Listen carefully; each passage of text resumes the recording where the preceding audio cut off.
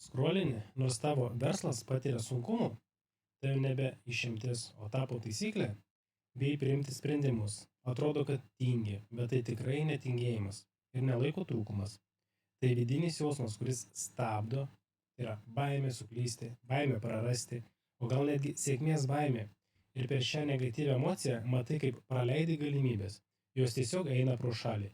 Klientai nepatenkinti, energijos neturi, viskas erzina, o santykiai kenčia. Aš Nerijus Rupšys. Dirbu su verslininkais, solo verslo savininkais ir vadovais, kurie tiksliai žino šį jausmą.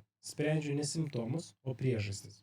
Dirbu su tomis emocijomis, kurios tave stabdo iš vidaus. Vidutiniškai 3-6 seansai ir turėsi realius rezultatus.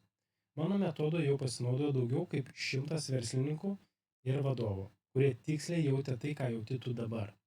Jei nori išsilaisvinti, nuoroda aprašyme, registruokis nemokamą konsultaciją. Garantuoju, jog pasieksi vidinę ramybę ir pradėsi daryti tai, ko anksčiau bijojai ar nedrįsai.